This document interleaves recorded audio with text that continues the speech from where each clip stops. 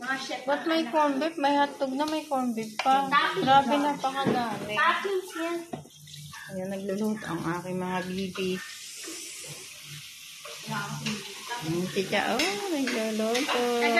Ang kanyang niluluto ay hotdog, tsaka egg, at tsaka corn beef para sa aming ulam. Breakfast. Si ate ay nagigisa. Ayan.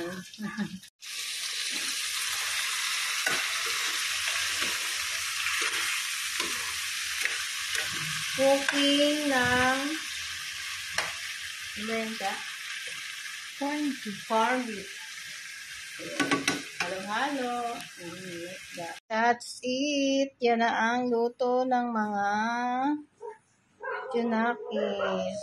Ayan. Special doon sa kanila. Oh. Ulam nila. Ayan.